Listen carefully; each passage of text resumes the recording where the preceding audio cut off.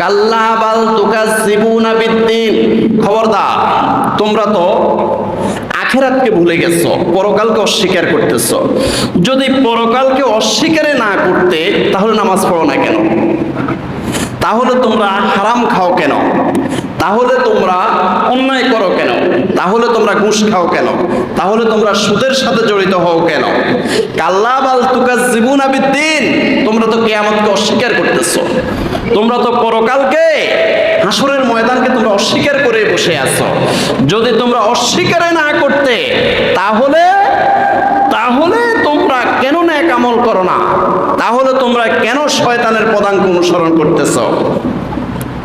ওয়া ইন্না আলাইকুম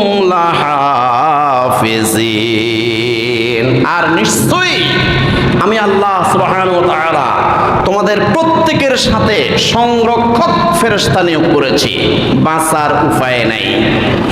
অন্ধকারে তোমরা চুরি করবে, ডাকাতি করবে, বাঁচার উপায় নাই। তোমরা গোপনে গোপনে সুদ খাবে, বাঁচার উপায় নাই। গোপনে গোপনে রাতের আধারে জেনা ব্যভিচার করবে, বাঁচার উপায় নাই।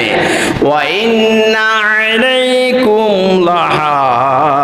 লাহাফিজিন, প্রত্যেকটি মানুষের সাথে আমি আল্লাহ সুবহানাহু ওয়া তাআলা সংরক্ষক ফেরেশতা নিয়োগ করেছি। এই সংরক্ষক ফেরেশতাগুলো তোমাদের ইনস অ্যান্ড আউটস, তোমাদের বাহির এবং ভিতরের যা কিছু আছে সব কিছু তারা লিপিবদ্ধ করে অডিও ভিডিও আকারে সংরক্ষণ করে গেছে। কিরামান কাতিবিনা ইয়ালামুনা মা তাফআলুন, তোমাদের প্রত্যেকের দুই স্কন্ধের মধ্যে দুইজন সম্মানিত ফেরেশতা আমি রেখে দিয়েছি। সেই ফেরেশতারা তোমাদের নেকি এবং বদি, পাপ এবং পুণ্য সুন্দর করে তারা লিপিবদ্ধ করতেছে।